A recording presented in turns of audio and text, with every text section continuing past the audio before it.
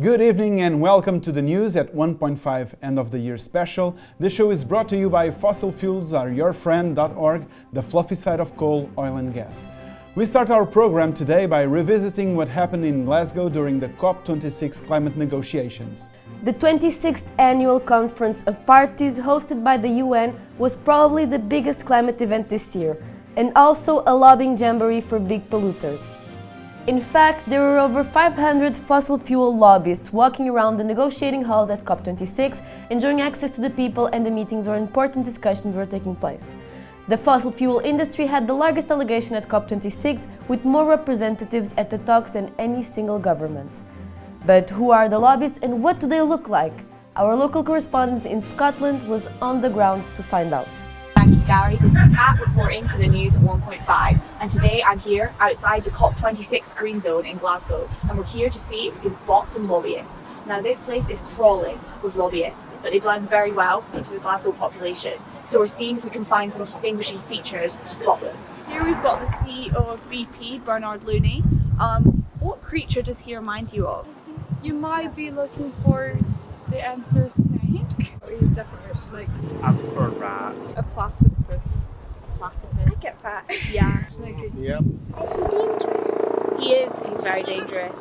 I think it is carbon dioxide. I think he reminds me of Dobby from Harry Potter. Yeah. Dobby. Yeah. Okay. This is Will Gardner, the CEO of Drax. You know those like big Australian animals that come up and eat children? That's him. Yeah. Yeah. I don't know Perfect. what you're talking about, but yeah. Some are really big. We'll find it. Yeah. This is David Hone. He's the Chief Scientific Advisor for Shell. Wondering, how do you think we can spot a creature like this out in the wild? Sticking to dark space is probably not very good with sunlight. Being scared of facts, like if you take a piece of paper and write like just a simple fact on the list and then they run away. Back to you, Gary. Who's Gary? Thank you, Kat. So in conclusion, if you are passing by Parliament or any place where you might find politicians, please beware of these creatures. According to reliable sources, they can be found in a capital city near you. And if you do happen to see them, don't move. We have it in good authority that they can't see you if you stay still. What? Why would you do that? Go up and tell them to get lost. We don't want them anywhere near our parliament or our politicians. There are also sightings of fossil fuel industry lobbyists inside COP26, where they were taking part in side events. The senior vice president of BP, Nigel Dunn, was invited to discuss the energy transition alongside the head of the Strategy and Innovations Department at Gazprom. Both men tried to claim fossil fuels would continue to be an important part of the energy mix in the future. They were confronted by activists and Mr. Dunn tried to run from the reporters.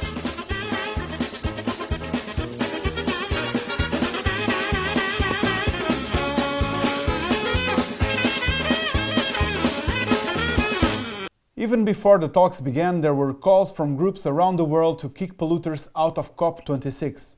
These only grew louder as the summit went on, but kicking them out brings up a very difficult question. Where would they all go? We asked the crowds in Glasgow. In the sea. Keep them in the ground. We should just keep them on the ground. We shouldn't take them anywhere. Embaixo da terra, num buraco. in landfill sites.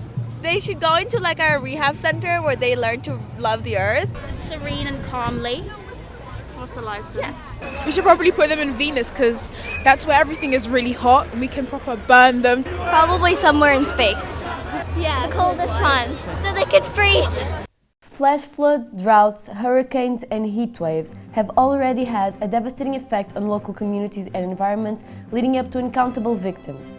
The global warming caused by climate change is approaching a point of no return.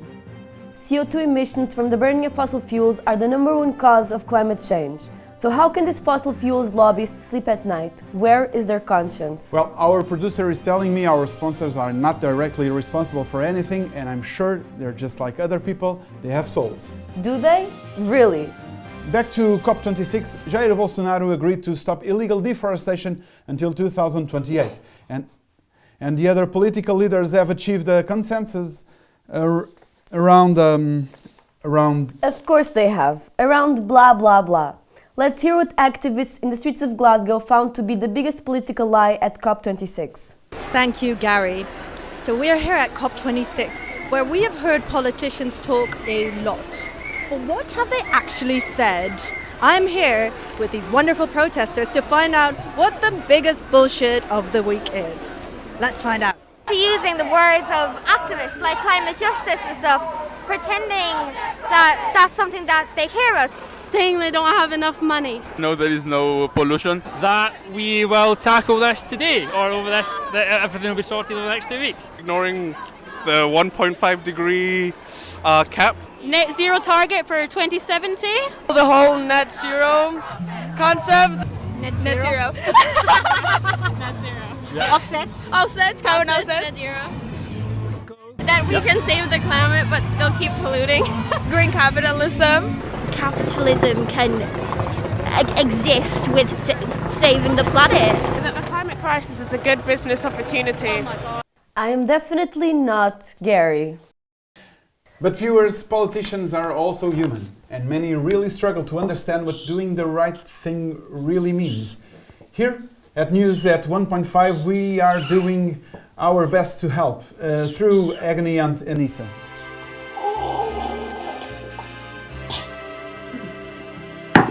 Welcome. Welcome everyone to Agony Aunt Anissa. Today I have a letter from a very special little young old man. So,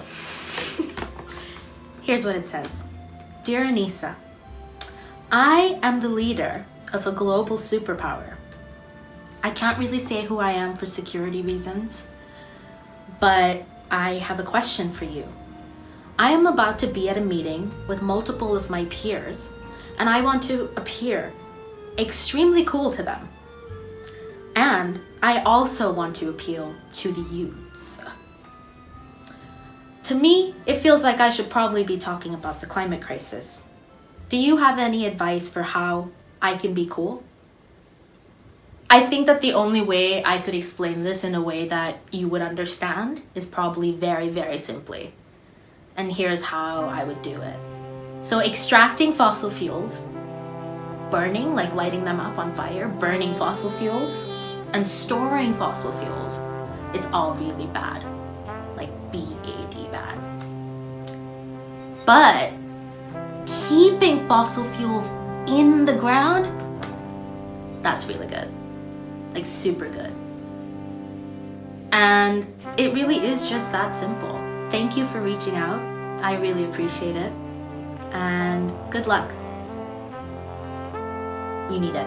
And also the power of the world lies in your hands, so you should probably do something about it. Who the fuck is Gary? We are running out of time, our house is on fire, and we have to act now. We can do it together, build a new world, lead a justice transition towards a new society and a new economy, leave fossil fuels on the ground. I'm not sure we are allowed to say that. Our sponsors say that there is still a debate around the science. And big polluters cannot be a part of the solution, they are the problem. The solution is climate justice.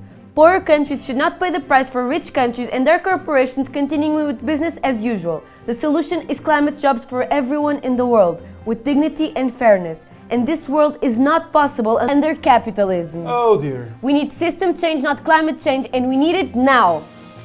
Shit, they've pulled our sponsorship. Cut to the weather. Thank you, Gary. Sounds like you all have your hands full in the studio. Let's take a quick look back at how the weather was leading up to COP26. If we got back to October, in the month leading up to COP26, we experienced a very peculiar weather pattern. Starting in Europe, but with patches in North America and across the Atlantic, we saw a big front of corporate greenwashing, subsequently made its way across the Atlantic and over the English Channel and up through the UK, settling in Glasgow until mid-November. As predicted, November saw increasing quantities of hot air, primarily concentrated around the COP26 conference center in Glasgow. This was due to the large number of fossil fuel lobbyists present, who couldn't help but claim they were part of the solution, aka